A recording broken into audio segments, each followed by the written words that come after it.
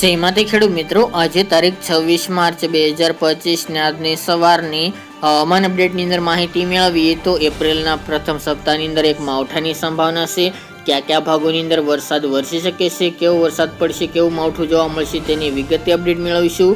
એક અસ્થિરતા એટલે કે વેસ્ટર્ન ડિસ્ટર્બન્સ આવી રહ્યું છે, જેના કારણે ગુજરાતના હવામાનમાં પલટો આવશે અને 31 થી લઈને 4 એપ્રિલ દરમિયાન કમોસમી વરસાદ ખાબકી શકે છે.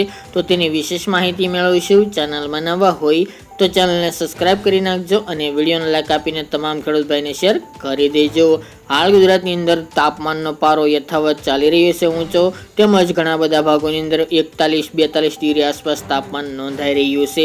એવા મિત્રો ગઈકાલના રોજથી તાપમાનમાં સામાન્ય ઘટાડો જોવા મળી રહ્યો છે.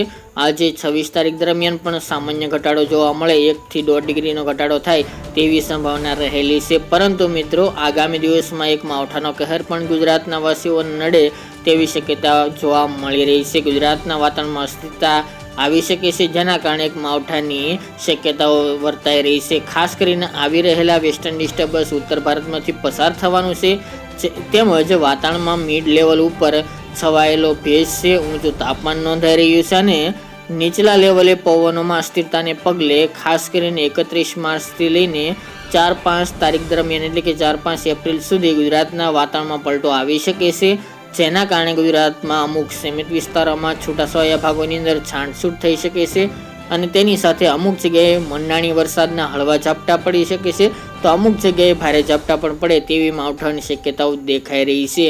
આગામી દિવસની અંદર 31 તારીખથી હવામાનમાં પલટો આવશે, જેના કારણે અત્યારની વેધર મોડેલ પ્રમાણે શક્યતાઓ કચ્છના ખાસ કરીને ભુજ, ભચાઉ, ગાંધીધામ, રાપર, અડેસર, નખત્રાણા જેવા ભાગો હોય, સૌરાષ્ટ્રના દરિયાકાંઠાના જામનગર, દ્વારકા, રાજકોટ, એ સિવાય સુરેન્દ્રનગર, બોટાદ, જૂનાગઢ જેવા ભાગો હોય અને દક્ષિણ ગુજરાત અને મધ્ય ગુજરાતના પણ અમદાવાદ, ગાંધીનગર લાગુ વિસ્તારની અંદર હાલની અપડેટ મુજબ માવઠાની શક્યતાઓ દેખાઈ રહી છે.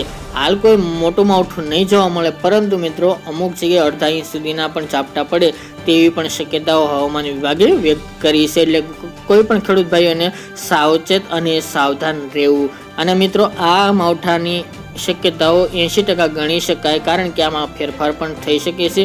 કારણ કે જો સિસ્ટમ ઉપરથી જતી રહી ગયા, આ માવઠાની આગાહી હતી તેમાં પણ એવી રીતે બન્યું હતું કે સિસ્ટમ દૂરથી એટલે કે ઉપરથી પસાર થઈ હતી, જેના કારણે શક્યતાઓ હતી, પરંતુ ગુજરાતની અંદર ફક્ત હવામાનમાં પલટો આવ્યો હતો. તે મુજબ આ પણ સિસ્ટમ ઉપર આધીન રહી શકે છે, એટલે ઘણી બધી શક્યતાઓ હાલ તો નકારી ના શકાય. બાકી મિત્રો આ સમય દરમિયાન તાપમાનનો પારો પણ 40 થી 41-42 આસપાસ જોવા મળી શકે છે, તેમજ તાપમાનમાં કોઈ પણ મોટો ઘટાડો થાય તેવી પણ સંભાવના જણાતી નથી. આગામી 3-4 દિવસ દરમિયાન તાપમાન 1 થી 2 ડિગ્રીનો ઘટાડો થાય. કાલે પણ આપણે જણાવ્યું હતું કે આગામી દિવસની અંદર તાપમાન વધઘટ જોવા મળશે, તે મુજબ તાપમાનમાં વધારો અને ઘટાડો જોવા મળી શકે છે.